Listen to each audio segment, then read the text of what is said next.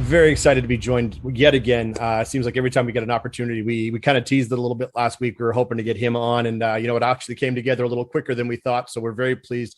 Joining us now, the general manager of the St. John Sea Dogs, Trevor Georgie. And Trevor, first and foremost, thanks for doing this as always. We always appreciate it. And I want to get right into it, though, my friend. And that is, some big news has come out in the last couple of weeks. I know we were kind of talking off camera a little bit, and it's basically been the only words in your mouth for the last 4 weeks has been Memorial Cup. And of course, the announcement came on out that the St. John Sea Dogs, as well as the Quebec Ramparts, have officially put their bids in to host the Memorial Cup in 2022. I mean, that's got to be exciting.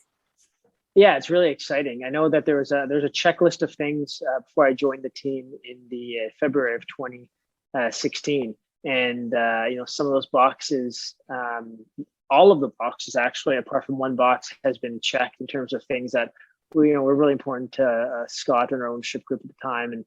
And the last box to check is hosting the Memorial Cup here in St. John. So very exciting that we're actually in that window where it could be a possibility.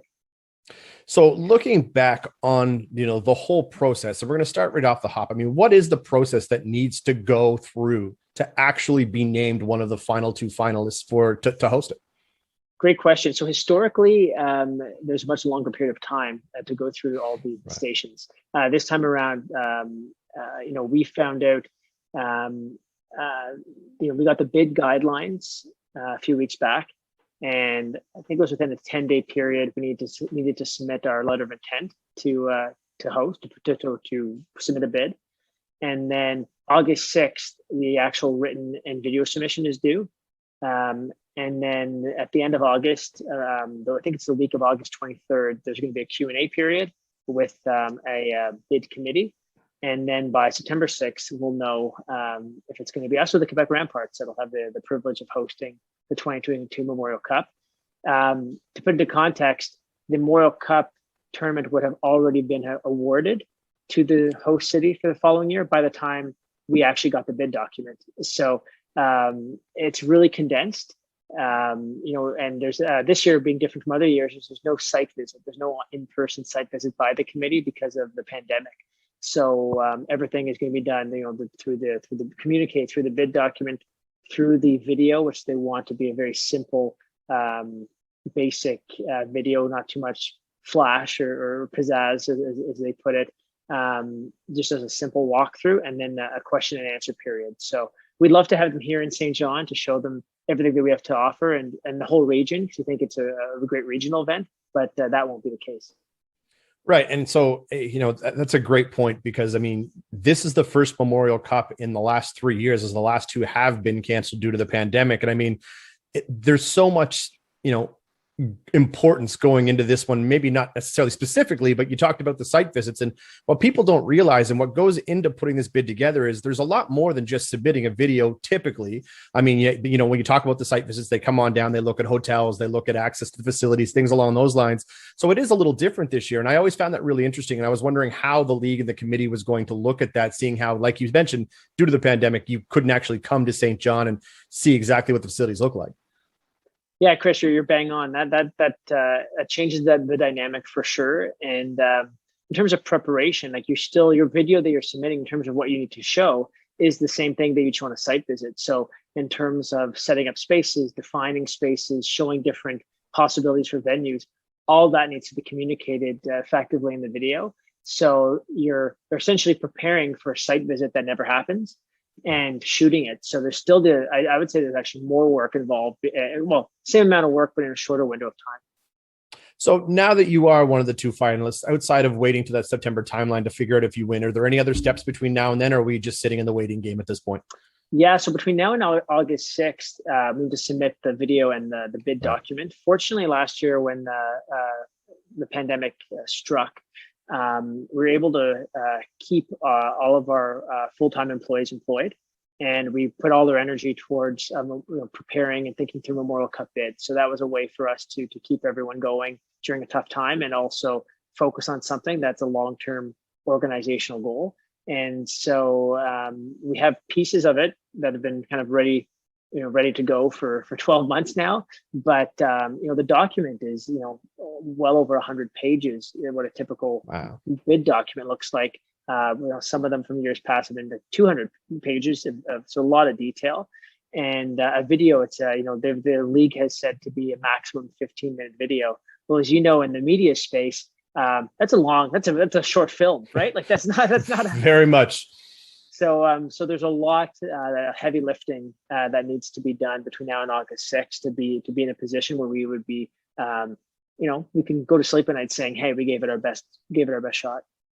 So, and another key aspect to hosting the Memorial Cup, or even preparing to play in a Memorial Cup tournament here locally, I mean, now that the Mem Cup is in the queue and there is 2 teams vying for it, so if you're unsuccessful in the bid and Quebec happens to win the bid, at that point, does that change your plans, or is the roster construction still the same? Like, is this, I know we've been talking for 2 years here now, Trevor, about trying to build this team for this run and everything you've done. Does your roster construction change whether you win or lose this bid? It doesn't. No, it doesn't, because this is the age group, R02s and R03s kind of behind in terms of reaching maturity. This is the age group that we've built around. The ingredients for the cake are all there. The cake hasn't risen yet, so to speak, and it needs to. We understand that it does. The team needs to take a significant step forward next season. It doesn't change in terms of the way we're thinking of things. We've got, in our pockets, we've got 4 first-round picks and 5 second-round picks in our pocket to make adjustments at Christmas as need be. We've got we're happy with our draft. We have a lot of prospects that we're quite happy with. Based on our scouting staff, they felt that they got 5 of their top 31 prospects in terms of who they had. Everyone had different opinions. I'm sure everyone left the draft happy, especially this year. But we feel that we're in a position where we're locked into a roster, but we also have enough in our pocket to make adjustments and additions and tweaks should we have the privilege of hosting. So I know a lot of and again, being in New Brunswick myself down here in Moncton, we hear a lot of rumblings about everyone wanting St. John to win this bid. And I know myself, selfishly included, I would love to have the Mem Cup 90 minutes from my house. It would make me absolutely ecstatic, only because I lost the ability to go to the last one in the queue in Halifax, because unfortunately my kids were born that Friday.